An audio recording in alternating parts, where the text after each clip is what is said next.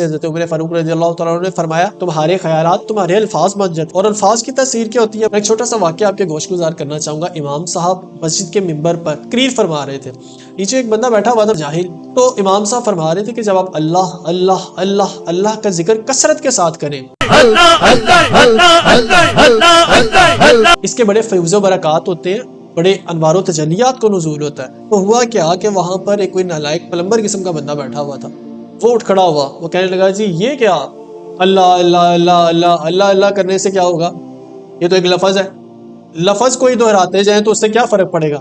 امام صاحب بڑی فراست والے تھے، انہوں نے اس کو کہا گدے بیٹھ جا۔ اب جب بھری محفل کے اندر اس کو گدا کہہ دیا گیا تو اس کا تو ایک رنگ آیا دوسرا چلا گیا، چہرہ سرخ، ماتھے پہ پسینہ آ گیا۔ امام صاحب نے پوچھا کیا ہوا؟ وہ کہنے لگا آپ نے بھری محفل کے اندر مجھے بے عزت کر دیا اور پوچھ رہے ہیں کیا ہوا؟ تو امام صاحب کہنے لگا میں نے تو ایک لفظ ہی بولا ہے، آپ کے چہرے کا رنگ بدل گیا، آپ کے ماتھے پر پسینہ ہے، آپ کو غصہ آ رہا ہے، آپ کی باطنی کیفیت ظاہری کیفیت دونوں ہی بدل گئی۔ پھر انہوں نے سمجھایا کہ دیکھو اگر گدا کہنے سے تمہاری باطنی کیفیات غصے میں بدل گئی، پہلے غصہ نہیں تھا، کیفیت چینج ہو گئی، تمہاری ظاہری کیفیات بدل گئی، چہرہ سرخ ہو گیا، جسم پہ پسینہ آ گیا، یہ لفظ گدا ہے، بلا تشبیہ بلا تمثیل۔ اللہ عز و جل کے ذکر کی کیا برکات ہوں گی اور کیسے کیسے انوار کا نزول ہوتا ہوگا اور کیسی تاثیر ہوگی۔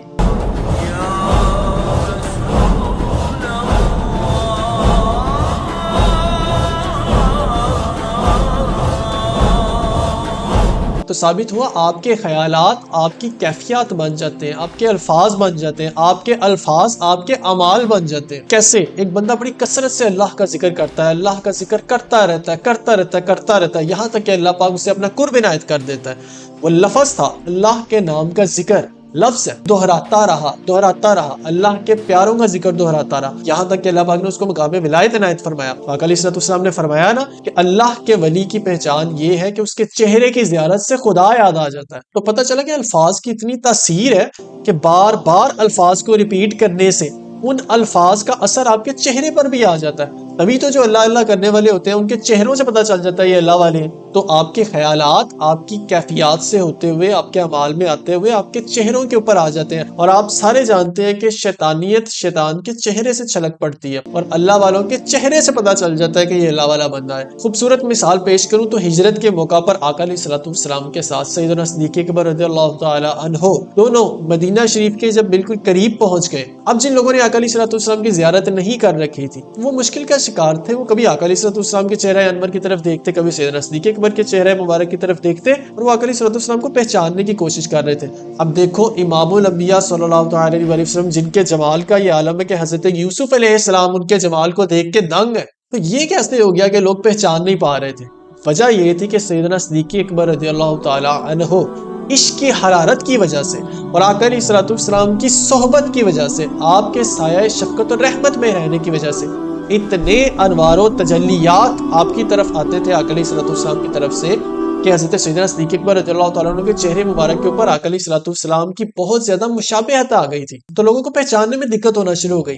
تو پھر قربان جائے عشق کی ادا پر حضرت سیدنا صدیق اکبر رضی اللہ تعالیٰ عنہ نے چادر شریف لی اور آقا علیہ السلام کے سر انور کے اوپر سائبان کر دیا تاکہ پتہ چلے کہ آقا کون ہے اور غلام کون ہے۔ تو پتہ چلا کہ آپ کے خیالات سے بات شروع ہوتی ہے اور چہروں کے اوپر اور مشابہت کے اوپر آ جاتی ہے۔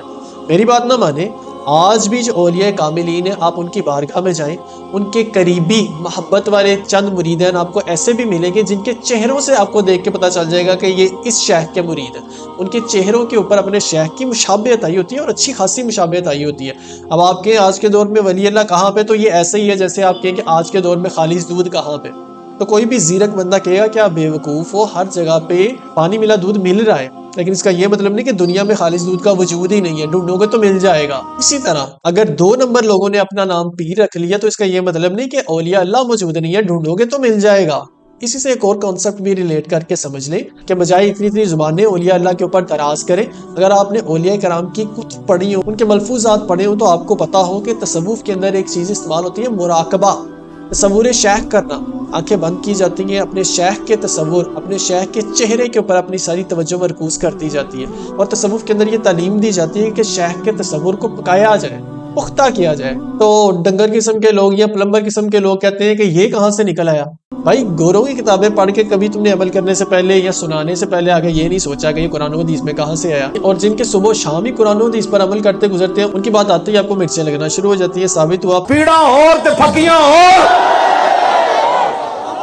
تو جو تصور شیخ کروایا جاتا ہے اس کی وجہ کیا ہے؟ جب آپ ایک ولی اللہ اپنے شیخ کے چہرے کا تصور کیا کریں گے، آپ کی ساری سوچیں اپنے شیخ کے گرد گھومنے لگیں گی۔ جب آپ کی سوچیں آپ کے شیخ کے گرد گھومیں گی تو آپ کے الفاظ ان سوچوں کے مطابق ڈھل جائیں گے، الفاظ ڈھل جائیں گے تو تمہاری صورت تک بدل جائے گی، اعمال تو پیچھے رہ گئے۔ اسی لیے تلقین کی جاتی ہے کہ اولیاء اللہ کی صحبت میں بیٹھیں، ولایت کی صحبت میں بیٹھیں گے تو ولایت کا رنگ چڑھ جائے گا۔ اب کسی کے ذہن میں آئے گا جناب کہانیاں نہ سنائیں، کسی بندے کی بات بتائیں، میں نے کہا چلو پھر حضرت بابا بلے شاہ رحمۃ اللہ تعالیٰ علیہ سے پوچھ لیتے ہیں۔ میں نے کہا بابا جی ایک زمانہ آپ کا نام لیوا ہے، کیا ایسا ہوتا ہے کہ محبوب کے ذکر و فکر سے آپ کے اعمال و کردار میں تبدیلی واقع ہو جائے؟ بابا بلے شاہ رحمۃ اللہ تعالیٰ فرمانا لگے رانجا رانجا کر دے نہیں میں آپ پہ رانجا ہوئی، سدو نہیں مینو دہی دو رانجا ہیر نہ آکھو کوئی۔ آپ فرماتے ہیں اسی رانجا رانجا کر دے آپ پہ رانجا ہو گئے، تو ثابت ہوا رانجا رانجا کر دے بندہ رانجا ہو سکتا ہے جے رانجا رانجا کرے تھا۔ دیکھیں ولیوں کی صحبت میں ولی بنتے ہیں، نبی کی صحبت میں صحابی بنتے ہیں۔ حضرت ویس قرنی رحمۃ اللہ تعالی علیہ خیر التابعین ہے، تابعین میں سب سے بہتر ہے، لیکن صحابی نہیں بن سکے۔ کیوں؟